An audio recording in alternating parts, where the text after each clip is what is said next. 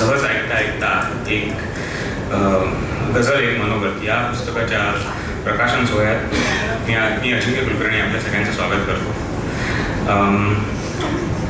आपण सगळ्यांनी आज शनिवार सकाळची वेळ आम्हाला दिली, त्यासाठी इथे उपस्थित राहिला त्याबद्दल आपल्या सगळ्यांचे खूप खूप आभार. या आजच्या कार्यक्रमाचं ची रूपरेखा मी थोडक्यात सांगतो. आता सगळ्यात पहिले आपल्या प्रमुख पाहुण्यांचं इथे स्वागत केलं जाईल. त्यानंतर पुस्तकाचं प्रकाशन जो आपला मुख्य कार्यक्रम आहे तो होईल. तो झाल्यावर आपण एक 10 मिनिटाची विश्रांती घेऊ.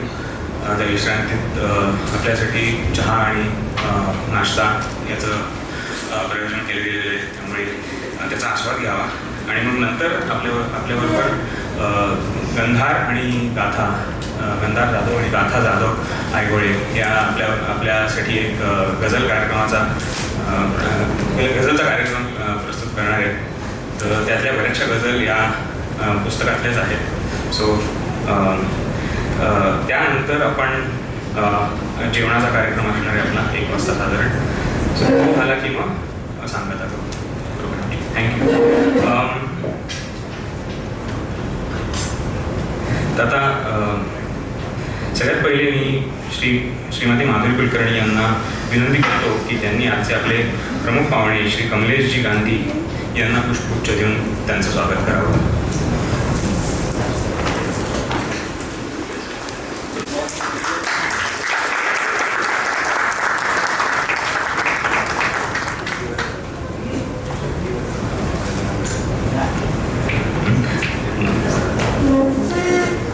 तसंच मी श्रीमती केतकी कुलकर्णी यांना मी विनंती करतो की त्यांनी श्री अविनाशजी सलगरकर यांना पुष्पगुच्छ देऊन त्यांचं स्वागत करावं.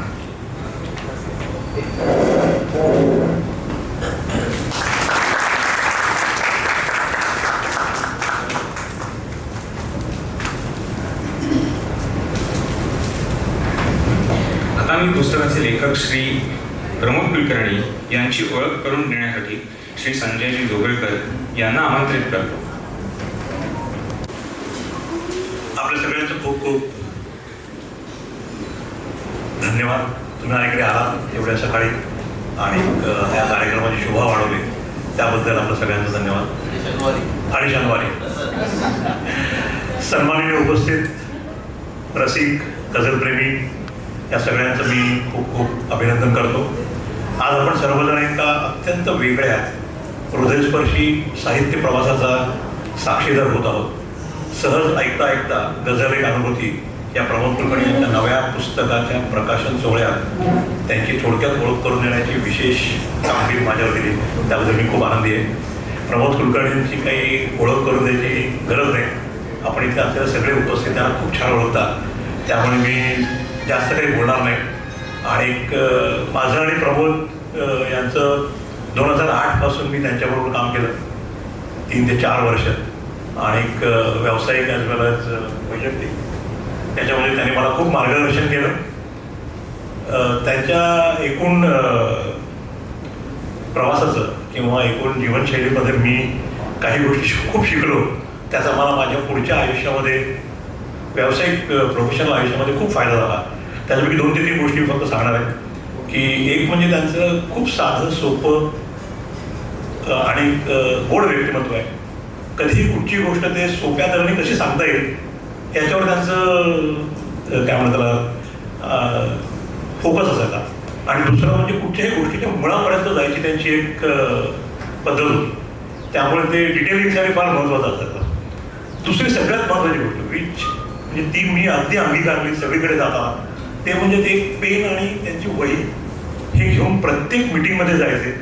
आणि त्या मिटिंगमध्ये ते डेट टाईम सगळं तिथे काय घडलं, कोणाबरोबर बोललो, काय बोललो, छोटे मोठे ॲक्शन पॉईंट सगळं असायचं, फॉलोअप बिलअप सगळं. माझ्याकडे त्यांच्याकडे आता या असंख्य डायऱ्या पण असतील. त्या डायऱ्याचं जरी त्यांनी संकलन केलं तरी सुद्धा एक छान पुस्तक आणि त्याचं एक खूप मोठं आपल्या सगळ्यांसाठी ते उपयोगी पडेल. कमिंग बॅक, प्रमोद कुलकर्णी हे माहिती तंत्रज्ञान क्षेत्रातील एक अनुभवी आणि प्रतिष्ठित व्यक्तिमत्व आहे. त्यांच्या नेतृत्व कार्यकाळात कंपनीच्या विविध प्रकल्पांचे त्यांनी यशस्वी संचालन केले आहे. प्रमोद कुलकर्णी हे गझलच्या क्षेत्रात आता एक खूप चांगलं नाव होतं आहे असं एक वेगवेगळ्या लोकांनी मला सांगितलं जेव्हा मी त्यांच्याबद्दल विचारलं. त्यांच्या या पुस्तकात उर्दू, हिंदी आणि मराठी गझल यांचा समावेश आहे. 41 लोकप्रिय गझलांचं त्यांनी एक उत्तम विश्लेषण त्याच्यामध्ये केलेलं आहे, ज्या वाचकांना गझलच्या सौंदर्याचा आस्वाद घेण्यास मदत होईल. लेखकाने प्रत्येक गझलांच्या गुणवैशिष्ट्य, शब्दरचना, संगीतशैली आणि एकूण प्रभाव यांचे सखोल विश्लेषण त्याच्यामध्ये केलं आहे. गझलची रचना असते कशी असते त्याचे स्पष्टीकरण आणि प्रारंभीच्या प्रकरणांमध्ये त्यांनी हे छानप्रमाणे सांगितलेलं आहे. मराठी गझलविषयक पुस्तके खूप दुर्मिळ आहेत आणि ती बाजारात अवेलेबल नाही. तर ह्या पुस्तकामुळे महाराष्ट्रीयन वाचनांसाठी विशेष महत्त्वाचं आहे. अनेकदा उर्दू, हिंदी आणि अगदी मराठी गझल समजून घेण्यात खूप अडचणी येतात. म्हणजे मी स्वतः खूप गझल ऐकल्या, पण त्याच्या प्रत्येक शब्दाचा काय अर्थ आहे हे जरा कळायला खूप अवघड जातं. आणि ते ह्या पुस्तकांच्या माध्यमातून गझलची समज वाढवण्याचा आणि नव्या पिढीपर्यंत ही गझल पोहोचवण्याचा त्यांचा प्रयत्न खूप छान आहे. नवोदित गायकांना गझलचा अर्थ समजून घेण्यासाठी हे पुस्तक खूप उपयुक्त होईल. प्रमोद कुलकर्णी यांची जीवनयात्रा मेहनत, गुणवत्ता आणि नेतृत्व गुण यांचा एक उत्तम संगम आहे. बीच म्हणजे इथे बसलेल्या बऱ्याच ज्या आजी माझी जे लोक आहेत इथे LIT आणि मुंबई पोर्ट या ठिकाणचे, माझ्याने त्यांच्यामध्ये अजून एक समन्वय असा आहे की प्रमोद महाजनांनी मुंबई पोर्टमध्ये त्यांचं व्यावसायिक चालू केलं, प्रोफेशनल लाईफ चालू केलं आणि नंतर ते LIT आले आणि मी LIT मिड लाईफमध्ये चालू केलं आणि मी आता सध्या एंड मुंबई पोर्टमध्ये करत आहे.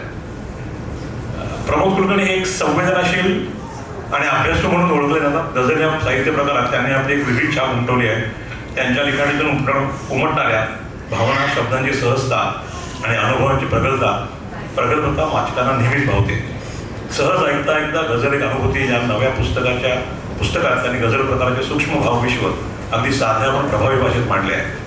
प्रमोद कुलकर्णी यांचं लेखन फक्त गझलपुरतेच मर्यादित नाही.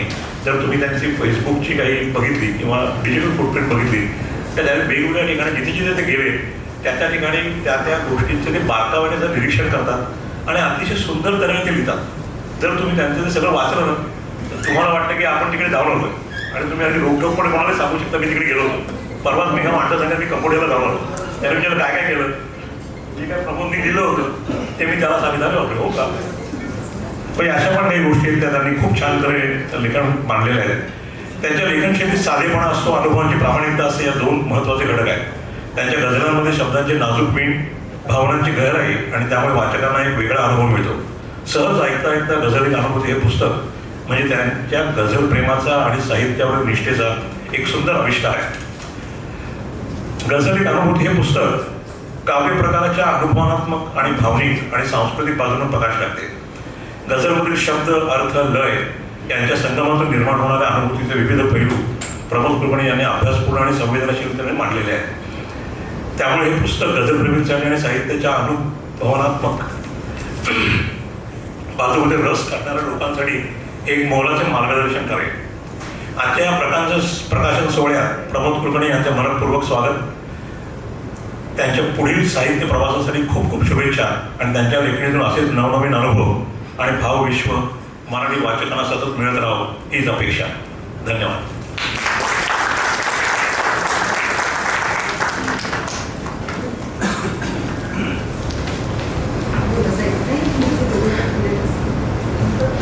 धन्यवाद संजयजी. आता मी आजचे आपले मुख्य अतिथी श्री कमलेशजी गांधी यांची ओळख करून देण्यासाठी मी आता स्टेजवर श्री कवींद्रजी शर्मा यांना आमंत्रित करतो.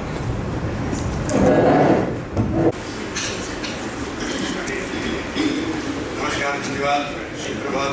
मैं हिंदी में बोल सकते हैं तो छोटा सा परिचय दूंगा मैं कमलेश जी का, और बहुत सारी सिमिलैरिटी इसको बोल सकते हैं हम लोगों में. अधिकतर हम लोग जो है IT फील्ड से हैं, तो इसलिए बैकग्राउंड दे के इस तरीके का जिससे कि कमलेश जी का व्यक्तित्व समझ में आ जाए सब लोगों को, ये मेरी कोशिश रहेगी. तो सबसे पहले ये बताना चाहूँगा कि हम लोग कमलेश जी और हमारा एक गैंग समझिए आप. पटनी कंप्यूटर बहुत पहले 1980 की बात है, 1980 की बात है. हम लोग सब साथ में थे. कमलेश हमारे सीनियर थे तो उस जमाने में पटनी कंप्यूटर में नारायण मूर्ति, सुधा मूर्ति, नंदन नीलेकनी, ये लोग सब थे। कमलेश जी भी थे उनके साथ, और कमलेश जी और उनके अभी भी बहुत घनिष्ठ संबंध हैं। रिसेंटली 3-4 साल पहले की बात है कि सुधा मूर्ति जी ने कमलेश जी को फ़ोन किया कि भाई चलो सिद्धिविनायक मंदिर जाके आते हैं। तो सुबह सुबह 4 बजे पैदल ये लोग जाके सुधा मूर्ति जी, और जो अभी राज्यसभा MP भी हैं, मेंबर भी हैं। तो कमलेश जी का बड़ा सरल व्यक्तित्व रहा है, और वो एक बहुत अच्छे प्रोग्रामर और पटनी कंप्यूटर में जब थे तो शुरू के 4-5 साल में हम लोग काफ़ी इन्वॉल्व रहे। लेकिन सबसे उसमें महत्वपूर्ण ये रहा कि जब हम लोग उस ज़माने में अमेरिका जाना एक बहुत बड़ी चीज़ थी। अभी तो बहुत सारे लोग जाते हैं। तो हम लोगों की एक जो टीम अमेरिका गई थी, कमलेश जी उसमें हमसे सीनियर थे, वो पहले थे। तो करीब 8 या 10 लोग हम थे वहाँ, और अधिकतर लोग बैचलर थे, लेकिन कमलेश जी शादीशुदा थे। कि भाई उषा, हमें सबको बहुत अच्छी तरह याद है, उषा हम लोगों की बैच में अन्नपूर्णा जैसी थी। तो वो हम लोग बैचलर थे तो खाना खाने के लिए किसी के घर जाना पड़ा, एक अच्छी चीज़। और अधिकतर लोग, लगभग सभी लोग वेजिटेरियन थे उसमें। तो कमलेश जी के घर वेजिटेरियन खाना खाना संडे को। और फिर उस ज़माने में एक सबसे बड़ी चीज़ ये थी, 1980s की बात है, कि कांग्रेस बीजेपी नहीं था, भारत पाकिस्तान में नहीं था। 83 में हमने वर्ल्ड कप जीता था, तो क्रिकेट एक टॉपिक था, म्यूजिक और खाना बनाना 2 टॉपिक थे। तो अधिकतर डिस्कशन जो थे वो खाना बनाने के बारे में, या खाने के बारे में, या म्यूजिक के बारे में हुआ करते थे। तो उस जमाने से कमलेश और कुछ लोग जो थे वो बड़े रसिया कहे जाएंगे संगीत के क्षेत्र में, उन लोगों के काफ़ी इंटेंस डिस्कशन हुआ करते थे। और मैं तो मतलब बच्चा था, जूनियर था, उसके हिसाब से तो मैं सुनता था, बड़ा आनंद लेता था। और फिर ये एक बड़ा शौक ही था उसके बारे में ज़्यादा हमको लगा। सबका शौक होता है गज़ल सुनने का, गज़ल के बारे में एनालिसिस करने का। मेहंदी हसन और गुलाम अली उस जमाने के मतलब भगवान थे। लेकिन चित्रा सिंह, जगजीत सिंह भी कम नहीं थे। कई लोग, मतलब तो बड़ी फाइट भी होती थी, अरे चित्रा अच्छी है, जगजीत अच्छा है। लेकिन कई लोगों को, मुझे याद है उस जमाने में 84-85 की बात है ये, चित्रा सिंह बिल्कुल पसंद नहीं थी। ये बड़ा अजीब लगेगा सुन के। बोले नहीं यार, बाकी सब ठीक है, जगजीत सिंह ठीक है, गुलाम अली ठीक है, मेहंदी हसन ठीक है, लेकिन चित्रा सिंह नहीं। मतलब गज़ल की दुनिया में एक महिला की आवाज़ को इतनी तवज्जो नहीं दी जाती थी, शायद एक वो भी कारण होगा। तो हमारे जो हम लोग IT वाले थे, तो कई लोगों ने ऐसा सोचा था उस जमाने में कि let's create a Chitra filter. कई ऐसी ड्यूएट्स थी जगजीत सिंह चित्रा सिंह की, जिसमें कि चित्रा की आवाज़ को आप सब प्रेस कर दो। तो ऐसे मजाकियाँ बड़ी चीज़ें हुआ करती थी। फिर चित्रा जी को मैं मिला था अभी, और इसके बारे में बताया था। तो ये सब तो 80-85 की बातें हैं। उसके बाद फिर हम लोग अपने वापस भारत आ गए। गांधी जी ने, उसके बाद कमलेश जी ने कई पटनी में कुछ साल और काम करने के बाद उन्होंने खुद की कई कंपनियां खोली, जमीन से स्टार्ट की कंपनियों को चालू किया, कंपनी को बनाया। और उन्होंने IT फील्ड में बहुत काम किया है, मतलब जो कि एक अलग ही हो गया। मतलब IT फील्ड में वो बहुत बड़े नाम है। लेकिन करीब 10-12 या 15 साल पहले हम में से कई सीनियर लोग रिटायर होना चालू हो गए। रिटायरमेंट इज क्या बोलना चाहिए, एसेंशियल एस्पेक्ट ऑफ लाइफ।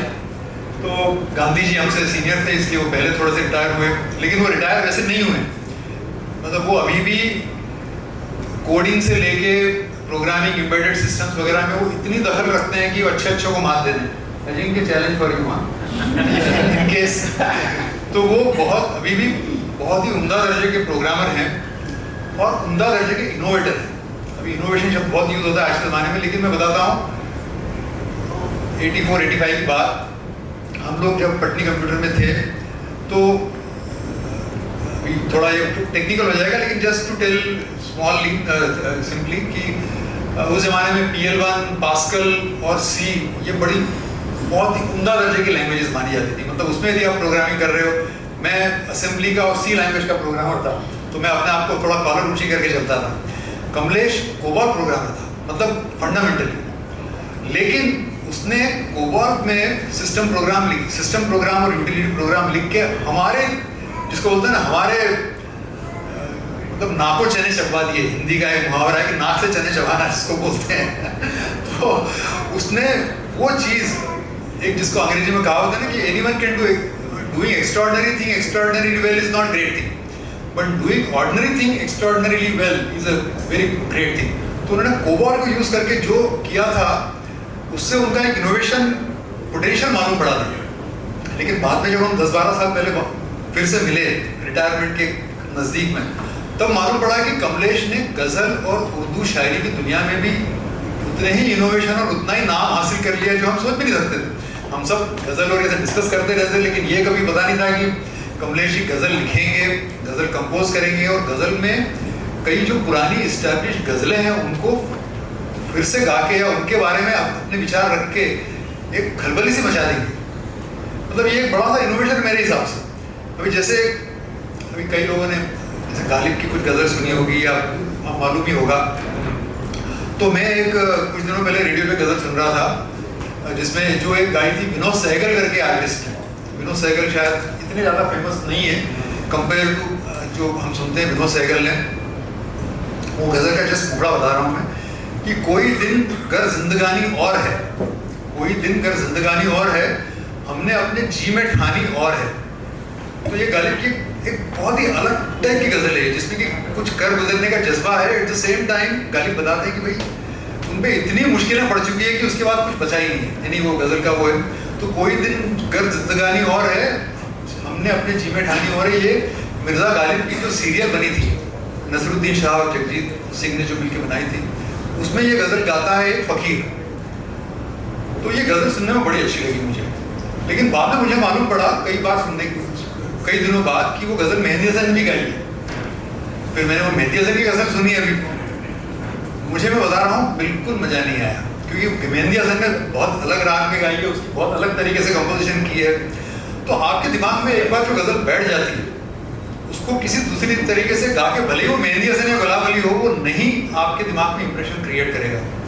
लेकिन मैं बता रहा हूँ गांधी ने, कमलेश ने कुछ ऐसी इस्टेब्लिश गज़लों को चैलेंज करके रिकम्पोज करके गाया है जो कि एक अपने आप में बहुत बड़ा इनोवेशन या अनूठा माना जाएगा, अनूठी प्रक्रिया मानी जाएगी। तो वो ऐसे ऐसे कमाल की चीज़ ये हमको 10-12 साल पहले हमने उनके बारे में डिस्कवर की, क्योंकि हम तो उनको प्रोग्रामर और कोबॉल प्रोग्रामर और इंडस्ट्रियलिस्ट के रूप में जानते थे, लेकिन गज़ल की दुनिया में उर्दू में उन्होंने ऐसे कमाल किए हैं। ये हमारे लिए भी डिस्कवरी थी। उन्होंने करीब 100 के करीब गज़लें खुद लिख चुके हैं, राइट। और जो कि अभी कुछ उसमें से शायद उनके बारे में वही बात करेंगे, वो बताएंगे। हम लोग, मैं तो मतलब गज़ल की दुनिया में इतना ज़्यादा, मैं एक शौकिया लिसनर हूँ बेसिकली। तो और एक और से जुड़ी हुई बात ये कि करीब मेरे ख्याल से 35 साल पहले की बात होगी, मेरा एक और मित्र जो कि उर्दू और गज़लों की दुनिया में बहुत गालिब का इतना बड़ा फैन है कि वो उसके अनुसार एक तरफ आप गालिब का सारा साहित्य या सारा काम रख दो और दूसरी तरफ सारे गज़ल शेर और शायरी गज़ल क्रिएटर का रख दो तो आप, लेकिन फिर भी गालिब का पल्ला बहुत भारी रहेगा। तो फिर हम लोगों में झगड़े होते थे कि नहीं ऐसा नहीं होता है, मतलब बहुत दूसरे लोगों ने भी किया है, मीर ने भी किया काम ये वो। तो कमलेश और वो जो मेरा मित्र है उनके बीच में भी काफ़ी डिस्कशन गुफ्तगू हुई होगी। और करीब 35-40 साल पहले उर्दू की जो डेप्थ उन्होंने 40 साल पहले अक्वायर करना चालू कर दी थी, वो मुझे लगता है आज भी कई लोगों को मतलब वहाँ की शुरुआत में भी नहीं पहुँचे होंगे। तो कहने का मतलब ये वेरी शॉर्ट में कि कमलेश जी जो है बहुत ही गज़ल की दुनिया में, उर्दू की दुनिया में ये एक डायमेंशन है। और ये भी एक सबसे इम्पोर्टेंट चीज़ है कि ये उनका फुल टाइम जॉब नहीं है। तो ये फुल टाइम गज़ल गायक या गज़ल लिखने वाला में से नहीं है, ये फुल टाइम अभी भी प्रोग्रामर है, अभी भी इंडस्ट्रियलिस्ट हैं, अभी भी बहुत सारी और भी चीज़ें करते हैं। लेकिन उसके बावजूद शौकिया तौर पे होते हुए एक अहम मुकाम हासिल कर लेना गज़ल के क्षेत्र में एक बहुत बड़ी चीज़ है, राइट। गाते भी हैं वो, हारमोनियम बजाते हैं, तबला बजाते हैं, सब मतलब हरफन मौला है संगीत के क्षेत्र में। और राग और कई चीज़ें आप डिस्कस करो तो हम तो सुनते रह जाते हैं, हम तो सिर्फ देखते रहते हैं। मैं तो एक दोस्त हूँ उनका और वो मेरे गाइड गुरु समझो आप वैसा है। तो उसके हिसाब से कुछ आपको कुछ चंद चीज़ें शेयर की जिसके थ्रू आपको मालूम पड़ सके कि वो एक कैसी शख्सियत है, मतलब बहुत ज़्यादा नहीं। और लेकिन एट द सेम टाइम वो जैसे प्रमोद जी के बारे में अभी संजय जी बता रहे थे, शोकलेकर जी, हम सब लोग बेसिकली आईटी फील्ड के हैं, तो हमारा मेन काम तो आईटी फील्ड से ही जुड़ा हुआ रहा है। और ये सब एडिशनल चीज़ें हैं। अब जैसे प्रमोद के बारे में मेरे को बोलना नहीं है यहाँ, लेकिन 15 साल प्रमोद के साथ काम करते हुए मुझे ये कभी मालूम नहीं पड़ा कि उनको गज़ल में इतनी रुचि है। ये मतलब हमारे लिए, मेरे लिए शॉकिंग था। तो मतलब initially let me put it this way very simply, I was in denial मोड कि अरे प्रमोद गजल किधर, तो मैंने आपको डिस्कस किया शुरू में। तो ये अब लेकिन कमलेश के बारे में भी गजल का शौक था, ये मालूम था, लेकिन 10-12 साल पहले जब डिस्कवर किया कि वो इतने अच्छे, मतलब उन्होंने क्रिएटिविटी और इतना अच्छा गजलें लिखी है, उसकी उर्दू में उनकी जो पकड़ है वो सब मिला के सब मालूम पड़ती है और डिस्कवरी होती है। तो रिटायरमेंट के बाद या उसके दरमियान जब ये चीज़ें डिस्कवर होती तो बड़ा it's a new phase of life you can say. तो ये वैसा ही, मतलब there are lot of similarities between let's say Pramod ji का और कमलेश जी का, और कई लोग जो आईटी फील्ड में होते हैं जो एक शौक को रख के आगे जाके जब वो उसका जो पूरा उसको मौका मिलता है, टाइम मिलता है, तो जिस तरीके से होता है। तो ये मेरा छोटा सा संक्षिप्त कमलेश जी के बारे में परिचय है।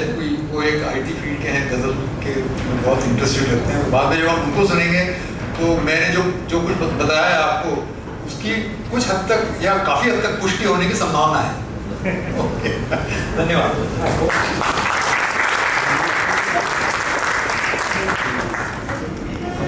धन्यवाद कमेंद्र जी।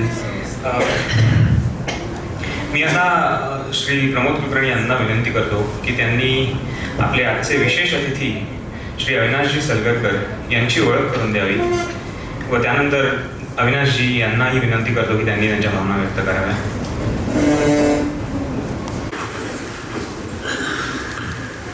नमस्कार. फॉर्मल असं नाही आहे, सगळे आपले लोक आहेत. संजयने माझी चांगली मोठी ओळख करून दिली. कमलेशजींबद्दल कवीने इतकं चांगलं सांगितलं, बऱ्याचशा गोष्टी मलाही माहीत नव्हत्या. कमलेशजींची माझी ओळख कवीमुळेच झाली खरं तर. आणि अविनाशची ओळख करून द्यायची, अविनाश सलगरकर यांची, ते खरं तर अगदी सोपं काम आहे. कारण गाण्याला वाहून आयुष्य वाहून घेतलेला माणूस म्हणजे अविनाश सलगरकर. इतकी वर्ष गाणी गातोय. मी लहान असल्यापासून मी ऐकतोय अविला. कुठलंही गाणं असो, बॉलिवूडचं असो, सिनेमातलं असो, मराठी भावगीत असो. भावगीत तर आता जवळजवळ नामशेष झालेले, कोणी भावगीत ऐकत नाहीत आजकाल, पण मराठी भावगीतं असोत, मराठी चित्रपट संगीत असो, मराठी गझल्स असोत किंवा मराठी भजन्स असोत, हे सगळी गाणी जी आहेत, आता वयोमानाप्रमाणे थोडेसे भजनात जास्त अभिन रमलेले असतात, पण तेवढ्याच स्फूर्तीने परवा एक 6-5 महिन्यापूर्वी त्याचा एक कार्यक्रम झाला मोबा भावेमध्ये वाशीला, आणि बेशक मंदिर मस्जिद छोडो एवढं मस्त त्यांनी गायलं की सगळ्या स्टेडियम, सगळ्या सभागृहाने उठून त्याला स्टँडिंग ओव्हेशन दिलं. तर एवढं सुंदर, म्हणजे भजन असो किंवा चित्रपटातलं असो किंवा नरेन चंचलचं गाणं असो, कुठलंही गाणं इतकं सुंदर गाणारा माणूस मी आजपर्यंत बघितलं नाही अभि इतका. त्यांनी लता मंगेशकरची साथ दिलेली आहे. आशा भोसलेजींबरोबर गाणं गायलेलं आहे. लताजींनी त्याला गौरवलेलं आहे बऱ्याचदा. मी त्याच्या घरी कधी गेलो की त्याच्या घरी गेलो की कधी बघतो तर एक मोठा फोटो आहे लताजींबरोबर अवीचा. लताजी त्याला पुष्पगुच्छ आणि एक सन्मान चित्र देतानाचा. त्यामुळे अवीबद्दल सांगायचं म्हणजे गझलेला गाण्याला भाव घेतलेला माणूस म्हणजे अविनाश सलगरकर. घरी कधी गेलो, खरं तर तो मला मोठा भाऊ आहे, आते भाऊ आहे, सक्का आते भाऊ. तर त्यामुळे मी त्याला अभिच असं म्हणतो. ओके. तर कधी त्याच्या घरी गेलो की रात्री 2-3 वाजेपर्यंत, कालही तो पुण्याहून आला, रात्री 2 वाजेपर्यंत आम्ही गाणी म्हणत बसलो असतो आणि तो गाणं म्हणतो म्हणजे तो म्हणतो आम्ही ऐकतो असं. तर असा अविनाश सलगरकर आहे. ते स्वतः मेकॅनिकल इंजिनियर आहेत. बजाजमध्ये होते आधी, बजाजमधनं नंतर सोलापूरला शिफ्ट झाले आणि सोलापूरला त्यांचा एक मोठा ग्रुप होता गाण्यांचा. त्या गाण्याच्या ग्रुपमधनं बरीचशी गाणी आम्ही म्हटलेली आहेत. आता रिटायर झाल्यावर पुण्याला येतो आणि पुण्याला सुद्धा अजूनही ह्या वयात सुद्धा त्याचे जवळजवळ रोज कार्यक्रम असतात. आठवड्यातून 2 कार्यक्रम तरी असतातच. मी कधी फोन केला की अरे प्रमोद, मी सध्या हार्मोनियमवर हे गाणं म्हणतोय, मी थोड्या वेळाने तुला फोन करतो, असं आवीचं रिप्लाय असतो. तर ह्या आवीची ओळख नंतर ऑफकोर्स एखादं गाणं आम्ही आज मी तुम्हाला दोघांनाही विनंती करतो की गंधार आणि गाताबरोबर एखादं गझल तुम्ही पण दोघांनी गावी ही विनंती करतो. तर हे आम्ही आज आपल्या मुद्दाम आले या फंक्शन करता, त्यामुळे खूप खूप आभार आम्ही. आणि कमलेशजी सुद्धा सकाळी लवकर निघून इथे आले, त्यामुळे कमलेशजी तुमचं सुद्धा खूप खूप आभार. दोघांचे खूप आभार. थँक्यू.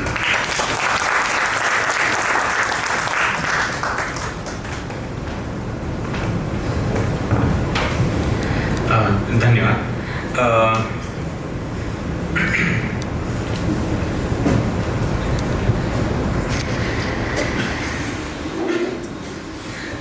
आता आपले प्रमुख पाहुणे श्री कमलेशजी गांधी यांना विनंती करतो की त्यांनी त्यांचं मनोगत व्यक्त करावं व त्यानंतर आपल्या पुस्तकाचं अनावरण करावे.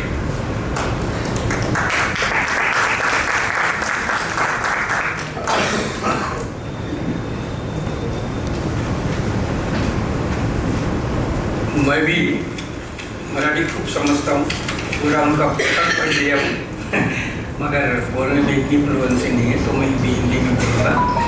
तो सबसे पहले तो प्रमोद जी का मैं खूब खूब आभारी हूँ कि उन्होंने मुझे इस फंक्शन में बुलाया है और मौका दिया है आपके सामने कुछ बात करने का. और कविंद्र शर्मा जी का भी मैं बहुत आभार मानता हूँ, उन्होंने मेरा इंट्रोडक्शन दिया. तो बस एक गज़ल की यात्रा कैसे शुरू हुई नो, कि सबसे पहले जब गज़ल सुना तो दिमाग में ख्याल आया कि हम भजन सुनते हैं, कव्वाली सुनते हैं, सुगम संगीत सुनते हैं, नाट्य संगीत सुनते हैं, तो गज़ल क्या चीज़ है नो. और ये इन सब से कैसे डिफरेंस है, उनमें फ़र्क क्या है. तो बाद में स्टडी करते करते पता चला कि कोई भी कविता को गज़ल कब कहेंगे हम, तो उसके कुछ नियम होते हैं, उसके कुछ कायदे कानून होते हैं. तो गज़ल के बारे में पढ़ते पढ़ते और ये सब मैं इसलिए कर रहा हूँ कि आप सब जब उनकी किताब पढ़ेंगे प्रमोद जी, उसमें सब आप रिलेट करोगे कि गज़ल के कुछ क्या नियम होते हैं, कविता कब गज़ल बनती है. तो जैसे अपने संस्कृत में प्रास अनुप्रास है, वैसे उर्दू में रदीफ और काफिया है. तो गज़ल के दो शेर में दो मिसरे होते हैं, 2 लाइन होती है. तो लास्ट लाइन जो सेकंड लाइन होती है उसमें जो लास्ट शब्द होता है वो रिपीट होते रहता है थ्रू आउट. और अगर उसको गहना मानोगे तो उसका साज श्रृंगार बढ़ाने के लिए और जो आते हैं वो काफिया होते हैं. तो ऐसे गज़ल के कुछ नियम बने हैं, तभी वो गज़ल. तो आपको अगर कोई कविता देगा और बताएंगे गज़ल है कि नहीं, तो ये किताब पढ़ने के बाद आपको कुछ गज़ल के बारे में पता चलेगा और आप पहचान सकोगे. तो फिर ये तो गज़ल का डेफिनेशन हो गया, सब मालूम हो गया. अभी गज़ल का प्रवास आगे बढ़ाना है तो क्या करें. तो फिर देखना पड़ेगा कि जो अच्छे शायर थे, गालिब साहब से शुरू हुआ, फिर मीर तकी मीर और मोमिन का जोक, वो ज़माने के सब शायर थे उन्होंने. और आज के ज़माने में बहुत सारे जो है, अहमद फराज साहब है और अकबर इलाहाबादी है और नासिर काज़मी है, इन सब की निदा फाजली साहब है, इन सब की गज़लें बहुत ही लोगों ने पसंद किया है, बार बार उनको सुनाया गया है. उसमें से कुछ गज़लें तो बॉलीवुड फिल्मों में अडॉप्ट की गई है, तो इतना उनका पॉपुलर बढ़ गए. तो फिर ये तो गज़ल लिखने वालों के बारे में बात हुआ. वो फनकार कौन थे जिन्होंने उनको और फेमस किया, गाना का स्वरूप देके अमर कर दिया. तो 1950s के ज़माने में से तो मेहदी हसन साहब थे. उसके थोड़े साल बाद जगजीत सिंह ने अपना कैरियर शुरू किया और बाद में गुलाम अली जी आए और बाद में पंकज उदास, चंदन दास, ये सब है. और आज के ज़माने में हरिहरन जी नंबर 1 गज़ल सिंगर है. तो ये सभी लोगों ने अपनी अपनी स्टाइल से गज़ल को नया आयाम दिया और उनको काफ़ी प्रख्यात किया उन्होंने. तो और एक चीज़ ऐसी है कि ये गज़लकारों ने जो लिखा है और अनेक लोगों ने उसको गाया है, अपनी अपनी कल्पना अनुसार गाया है. तो जैसे हजरत मोहानी की गज़ल थी, चुप के रात दिन आंसू बहाना याद है, ये बहुत लोगों ने गाया है, मगर अपने को सिर्फ गुलाम अली साहब की गज़ल ही याद है. तो मैं यही कहना चाहता हूँ कि आज भी स्कोप है कि गज़ल के अंदर आप कुछ भी नया कर सकते हो. ऐसा नहीं है कि अभी पंकज उदास, जगजीत सिंह, मेहदी हसन, गुलाम अली, अभी इसके बाद कुछ हो ही नहीं सकता, ऐसा भी नहीं है. और वेस्टर्न ट्यून में कभी भी कुछ गज़लें बनी नहीं है, मगर हरिहरन जी वो कॉन्सेप्ट लेके आए और उन्होंने रिदम का स्टाइल थोड़ा पैटर्न चेंज करके बहुत सारी गज़ल कंपोजिशन की है उन्होंने, और उनकी बहुत बढ़िया बढ़िया गज़ल है। इसमें क्लासिकल का भी उन्होंने उपयोग किया है और उन्होंने वेस्टर्न स्केल का भी उपयोग किया है, वेस्टर्न रिदम का भी उपयोग किया है, फिर भी गज़ल इतनी लोकभोग्य हो गई है। तो कहने का मतलब यही है कि आज भी गज़ल के अंदर जितने नए नए इन्फ्लुएंस आती रहती है म्यूज़िक के फील्ड में, वो सब इन्फ्लुएंस का यूज़ करके आज भी आप अच्छी गज़लें कंपोज कर सकते हैं।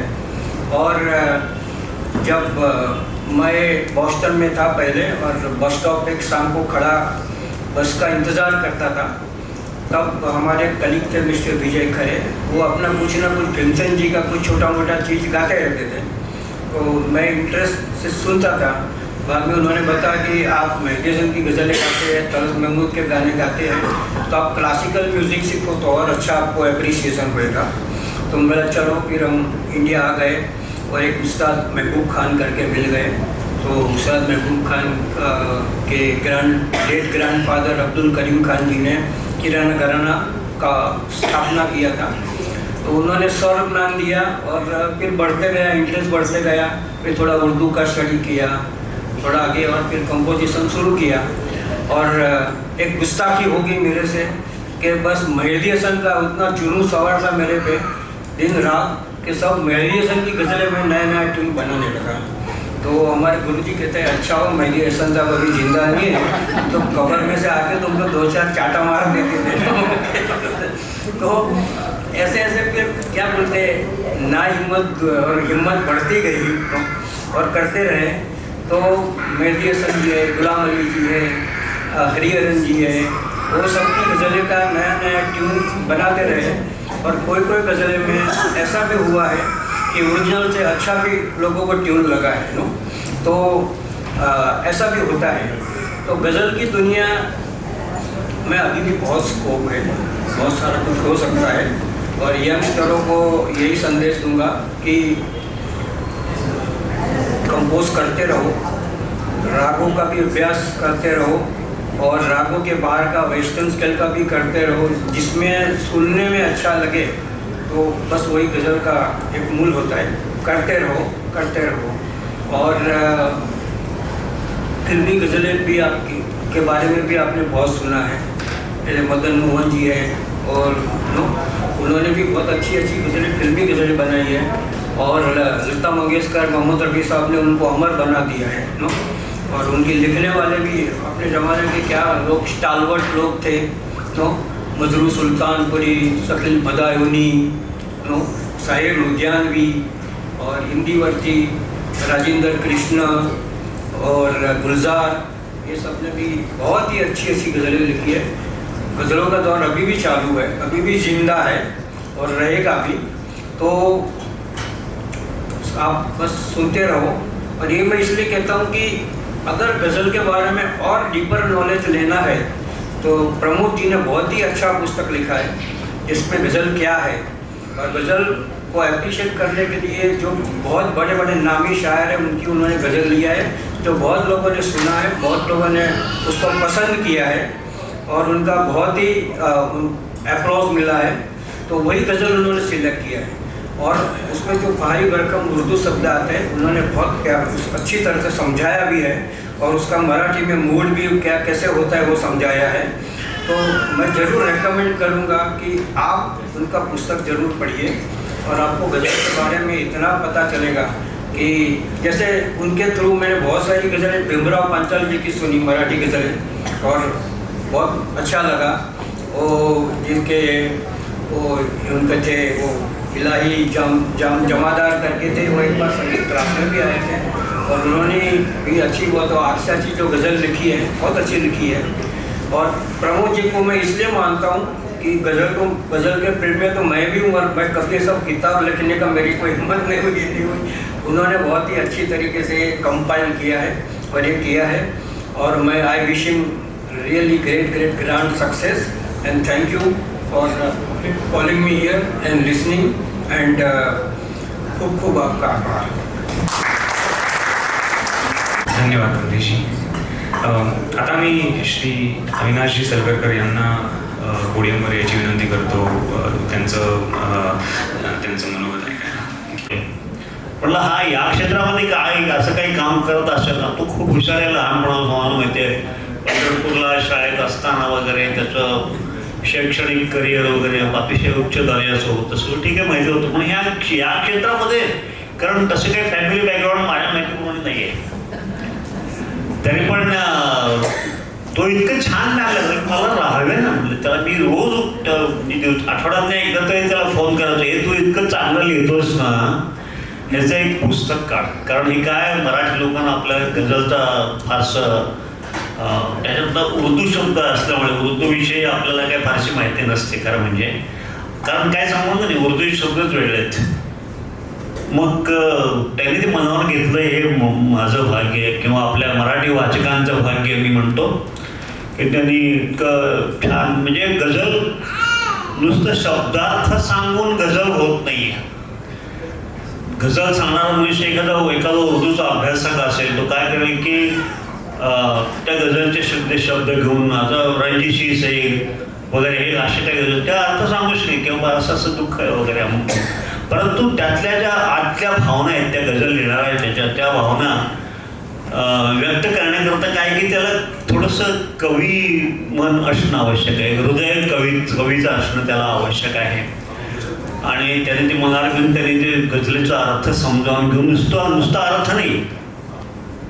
आता त्याच्याकडनं परवा मी ती कुठली ते अशा त्याच्याकडनं बऱ्याचशा गझल मी ऐकतो का विश्लेषण ऐकून मला असं वाटतं की हा खूप छान लिहितो. त्याला सांगितलं लिहिलं. आणि मराठीमध्ये असं पुस्तक नाही आहे. गझलवरती बऱ्याच लोकांनी काय काय लिहिलेलं असेल, परंतु म्हणतात ना है और दुनिया में सुखनवर बहुत अच्छे कहते हैं कि गालिब का अंदाजे बयां हो. तसं ह्याचं सांगण्याचं जे स्टाईल आहे ना, ती मला खूप भावलेली आहे. आणि निश्चितपणे तो याही क्षेत्रामध्ये आता हे पहिला भाग आहे. मी जर असं म्हणतो गझल तर प्रकारे शिकतो, हजारो गझल्स आहेत. ह्या काही निवडक गझलांचा त्यांनी जो हा संग्रह प्रसिद्ध केलेला आहे. त्याच्यानंतर सुद्धा त्यांनी अशीच छान वेगवेगळ्या गझलांची मराठी साहित्य समृद्ध करावं. मराठी मनाला गझल हा काय प्रकार आहे आणि गझलमध्ये कशी ती अंतःकरण. नंतर गझल असं समजतात लोक की गझल म्हणजे फक्त शराब वगैरे आणि प्रेयसी वगैरे अशा प्रकारचं गझलचं स्वरूप असतं असं समजलं जातं. मराठीमध्ये अजूनही समजलं जातं, बघतो मी. तर मी काही थोडाफार गायक आहे नाही असं नाही, परंतु मी गझलच्या नादाला फारसा लागलेला नाही. फिल्मी गझल म्हणत असतो वगैरे म्हणत असतो. परंतु हे सगळं प्रकार समजावून सांगण्याचं जे कौशल्य लागतं ना, आणि थेट वाचकांच्या हृदयामध्ये शिरून मनामध्ये शिरून त्या गझलेचा अर्थ त्यांच्या थेट मनामध्ये खोलवर रुजवण्याचं काम जे यांनी केलं ना, ते फारच महत्त्वाचं आहे. आणि ते निश्चितपणे पुढं चालू राहावं. आणि त्यामुळे मराठी वाचक सुद्धा त्या दृष्टिकोनातून गझल ऐकायला जाईल. मी सुद्धा स्वतःसुद्धा हे हिंदी गझल्स कशा प्रकारे गाव्यात, त्यातल्या शब्दाचे अर्थ समजून गावेत, नुसत्या शब्दाचा अर्थ नाही, त्यातल्या भावना समजून गाव्यात, असं सगळ्या गझल गायकांना किंवा मराठी वाचकाला किंवा मराठी श्रोत्यांना हे सगळं निश्चितपणे समजावं म्हणून त्यांनी हा प्रयत्न जो केलेला आहे तो अतिशय स्तुत्य आहे आणि उत्तम आहे. आणि असंच तो पुढं करत राहा. आपल्याला आज कमलेशजी सारखे एवढे आणि असे सगळे जाणकार मंडळी जमले, त्याच्या पुढे मला काय बोलावं सुचत नाही आहे. पण तरीसुद्धा त्याला एवढंच म्हणतो मी प्रमोदला की तुला खूप सुयश आहे आणि मी वयाने मोठा असल्यामुळे आशीर्वाद म्हणतो. धन्यवाद.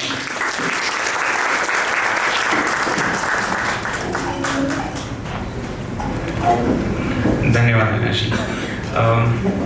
येता श्रीमती नेहा दंगे यांना विनंती करतो की त्यांनी श्री प्रमोद कुलकर्णी यांना पुष्पगुच्छ देऊन त्यांना शुभेच्छा द्याव्यात.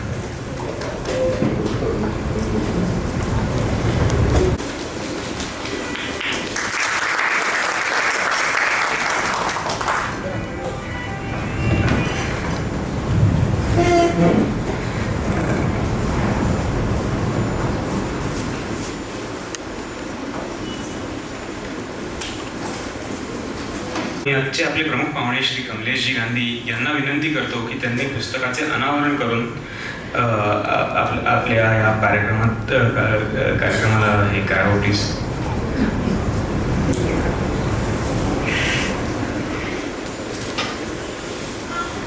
पुस्तकाचं प्रदर्शन करा.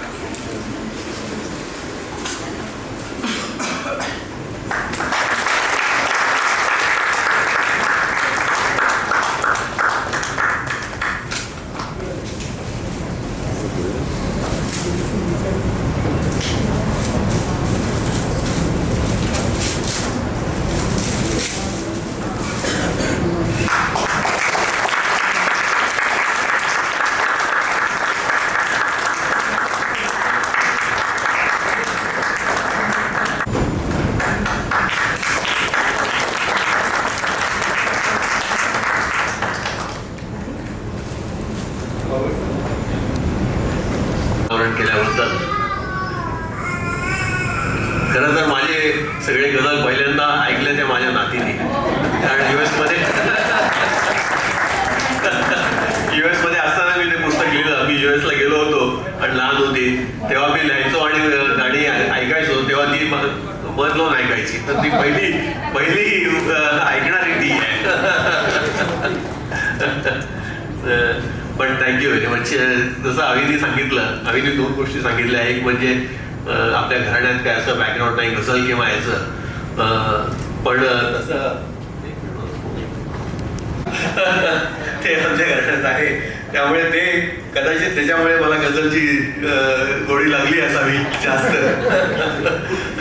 आणि दुसरं जे त्यांनी सांगितलं की गझल म्हणजे लोकांना वाटतं की जास्त प्रियकर प्रेयसी जाम वगैरे, पण असं खरंच काही नाहीये.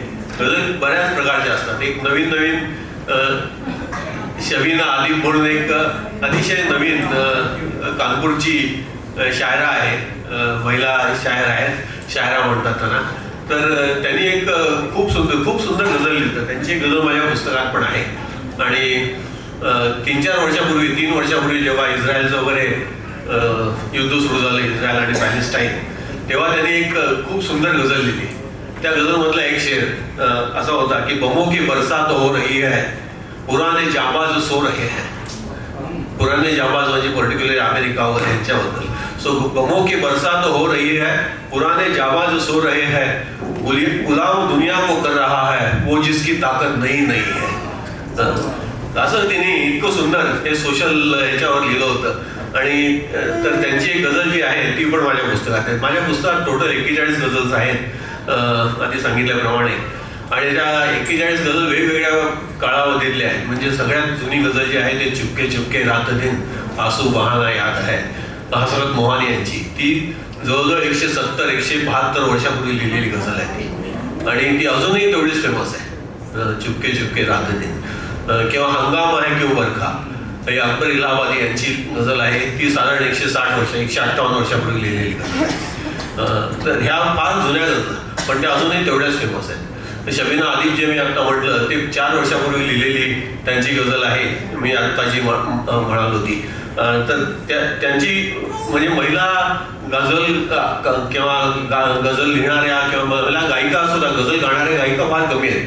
ॲक्च्युली अरविंदा नाही येते, अरविंद अंकिकर त्यांची जी बहीण आहे आरती अंकिकर, मला वाटलं नव्हतं की कधी त्यांनी गझल गायली असेल, पण त्यांच्या 7-8 गझला खूप फेमस आहेत आरती अंकिकरांच्या. तर शबीना आदिब ही तशीच एक महिला गझल लिहिणारी आहे. आणि त्यांची एक खूप फेमस गझल मी त्यात टाकली आहे की जो खानदानी रईस है वो लिहाज अपना रखते हैं नम, तुम्हारा लहजा बता रहा है तुम्हारी दौलत नहीं. असं एक अतिशय सुंदर गझल त्यांनी लिहिलेली आहे, जी प्रेमाबद्दल नाही आहे, जी इतर गोष्टींबद्दल नाही आहे, पण साधारण लोक कसे वागतात आयुष्यात त्याच्याबद्दल आहे. तर ही एक अतिशय नवीन गझल त्यांची पासावर. 160, 170, 180 वर्षापूर्वी लिहिलेल्या गझल आणि आत्ताच्या गझल बराच फरक झालेला आहे. लिखाणामध्ये फरक झालेला आहे, सामाजिक संदर्भ बदलले आहेत. हंगाम आहे किंवा बर्फा ही जी आहे, खरं तर ती गझल जी आहे ती जाम किंवा दारूबद्दल याच्याबद्दल नाहीच आहे. ती गझल जी आहे ती हिंदू मुस्लिम ह्यांच्यामध्ये त्यावेळेला जे वाद व्हायचे आणि हे अकबर इलाहाबादी ह्यांनी जरा हिंदूंमध्ये जाऊन मिसळले, त्याच्यामुळे हंगाम आहे किंवा बर्फा ते ॲक्च्युली त्याच्याकरता आहे ती गझल. तर ह्या ज्या गोष्टी आहेत गझलेमागच्या त्या थोड्याशा ह्या पुस्तकात मी समजावून सांगण्याचा प्रयत्न केलेला आहे. हे पुस्तक एक सुरेश भटांचा एक छान शेर आहे की माझी जगावयाची न्यारी सरित आहे, पोटात भूक माझ्या ओठात गीत आहे. म्हणजे साधारण किती त्रास झाला सहन केला तरी ओठातलं गाणं कधी आठवू द्यायचं नाही, असं एक त्याचं फार सुंदर शेर आहे. ते एकच्या गझलमधलंच आहे. तर अशी 2 पिढ्या मी पाहिल्या. एक माझ्या अगोदरची पिढी ज्यांनी सतत गाणं गुणगुणायचं, काही झालं तरी ओठावरचं गाणं कधी वाळू दिलं नाही. आणि दुसरी माझी पिढी, सगळे आपण साधारण त्याच पिढीतले आहात, ज्यांनी किती त्रास सहन केला तरी ओठावर गाणं नेहमीच ठेवलं, सतत गुणगुणत राहिले आणि तसंच आयुष्य जगले ते. तर हे पुस्तक त्या लोकांकरता सुद्धा आहे ज्यांना पुनर्प्रत्ययाचा, पुनर्आनंदाचा थोडासा आनंद मिळेल हे पुस्तक वाचल्यावर त्या लोकांकरता आहे. कारण बरीचशी जुनी गाणी त्यांच्या ओळखीची आहेत, त्यांच्या माहितीची आहेत या पुस्तकामध्ये. पण हे पुस्तक नवीन पिढीकरता सुद्धा आहे. तर ते नवीन पिढी करता, नवीन पिढी आजकाल गझल, जसं मी मगाशी म्हणलं, मराठी भावगीत जवळजवळ आता कोणी ऐकत नाही. मराठी भावगीत म्हणजे काय हे लोकांना माहिती नाही. तसंच गझलेचं होत चाललेलं आहे. गझल काय आहे हे बऱ्याच लोकांना माहिती नसतं. नवीन पिढीत आता आस्था इथे बसलेली, आज ती कार्यक्रम करणार आहे, तिच्याबद्दल मला खूप कौतुक वाटतं की ती गझलमध्ये PhD करते आणि गाथा इथं बसली आणि गाथा गझलमध्ये PhD करते. आणि PhDचं तुझं मी विचारलं काय सब्जेक्ट आहे, तर PhDचं सब्जेक्ट सुरेश भटांच्या गझलांवर आहे. असं म्हणजे त्यांच्या गझलांवर कोणी PhD करत असेल असं मला खरं वाटलं नव्हतं. पण असे तरुण आजकाल फार कमी झाले. गाथासारखे जे गझलांना वाहून घेतलेले किंवा गझल ऐकणारे असे फार कमी झाले. तर ही गझल एक जिवंत राहावी त्याच्याकरता सुद्धा हा एक छोटासा माझा हातभार आहे की पुस्तक निदान त्या लोकांकरता, नवीन पिढीकरता निदान त्यांनी वाचावं, थोड्याशा गझला ऐकाव्यात याच्याकरता एक छोटासा हातभार आहे हा. हे पुस्तक लिहिण्यामागचं अवी म्हणाला, अवी आणि दुसरं अभय चिटणीस, आज इथे नाही अभय, हे ह्या दोघांमुळे करता हे पुस्तक आलं. नाही हे पुस्तक लिहायचं माझ्या मनात कधीच नव्हतं. मी फेसबुकवर राहायचो, नंतर विसरून जायचो, जाऊ दे आता पुढे काय दुसरा हे लेख वगैरे असं. पण आम्ही रोज मला संध्याकाळी वाचलं की रोज मला संध्याकाळी प्रमोद पुस्तकाचं काय झालं पुढे, म्हणून पुस्तक लिहितो. आणि तसंच अभय पुढेही भेटला मला, अभय चिटणीस, की पहिले विचारणार तुझं पुस्तक कुठपर्यंत आलंय. म्हणून मग शेवटी आम्ही जेव्हा आता युएसला गेलो तेव्हा 6 महिने म्हणलं मी तेच काम करणार आणि तेच पुस्तक लिहिलं तिथे बसून आणि ते आल्यावर प्रसिद्ध केलं. पण ह्या दोघांमुळे करता हे पुस्तक आलंय. त्यामुळे ह्या दोघांचं खरं श्रेय ह्या पुस्तकाला ह्या दोघांनाच आहे, अवीला आणि अभयला, ह्या दोघांना. दुसरं ते पुस्तकाचं अतिशय सुंदर उत्कृष्ट जे आहे कव्हर आहे ते दुसरा माझा अजून एक मित्र, तोही आज अनफॉर्च्युनेटली येऊ शकला नाही, विनायक देसाई, त्यांनी बनवलेलं आहे. विनायक आपल्याबरोबर होता BPT, त्यांनी हे बनवलेलं आहे. आणि त्यामुळे ते त्याचं कल्पना ही की पहिल्या पानापासून गझलचा दर्द जो आहे तो पहिल्या पानापासून व्हावा ही त्याची कल्पना. आणि म्हणून त्यांनी ते असं इतकं सुंदर उत्कृष्ट बनवलं. त्यामुळे त्याचाही खूप खूप आभार हे पुस्तकाचं उत्कृष्ट बनवण्याबद्दल. आणि तिसरं ऑफकोर्स माधुरी, माझी अर्धांगिनी. कारण काय प्रत्येक गझल मी लिहिली की ती ऐकायची, वाचायची आणि म्हणायची ही गाणे काय, ही फार दुःखद गझल आहे, हे नको, ही फार निराशाजनक गझल आहे, ही नको, ही बदलून टाका, ही काढा, दुसरी टाका. पण तिच्यामुळे निवड स्वातंत्र्य म्हणजे अजून 40 वर्ष झाली लग्नाला आमच्या काल, अजूनही मला निवड स्वातंत्र्य नाही. तर तिच्यामुळे तिच्या निवडीमुळे कदाचित ते पुस्तक जास्त वाचनीय झालं असावं. काही चांगल्या गझला, काही नवीन गझला ह्या पुस्तकात आल्या, तर त्यामुळे तिचे सुद्धा खूप खूप आभार. तिच्यामुळे हे पुस्तक थोडंसं जास्त वाचनीय झालं असं मला वाटतं. त्या तिघांचे खूप आभार ह्याच्यामुळे, तिच्या निवडीमुळे. आणि शेवटी जसं मी म्हणलं, एक गझल जिवंत राहावी हा एकच उद्देश आहे हे पुस्तक लिहिण्यामागे. आम्ही म्हणला तसं कदाचित या पुस्तकाची अजून अशी मी जवळजवळ 200 गझलांचं निरूपण केलेलं आहे. तर त्यातलं जर समजा हे पुस्तक आवडलं लोकांना तर कदाचित दुसरं पुस्तक भाग 2, भाग 3 सुद्धा कदाचित येऊ शकेल तुमच्या सगळ्यांच्या आशीर्वादाने आणि प्रेमामुळे. तो प्रयत्न राहील मला. इतरही काही पुस्तकं आहेत ती पण होतील, पण गझलेबद्दल जास्त मला आणि आम्ही सगळ्यांनाच कमलेशी किंवा काय किंवा अवी काय किंवा इतर बसलेले इतर काही गझलेमध्ये जास्त आस्था आहे आम्हाला. त्यामुळे गझलेबद्दल लिहिलं की मला जरा जास्त समाधान वाटतं. त्यामुळे कदाचित पुढच्या काही दिवसामध्ये पुस्तक जर चांगलं वाटलं लोकांना, काही चांगले मला प्रतिक्रिया आल्या तर सेकंड पार्ट दुसरा भाग सुद्धा कदाचित लिहिन. Thank you very much.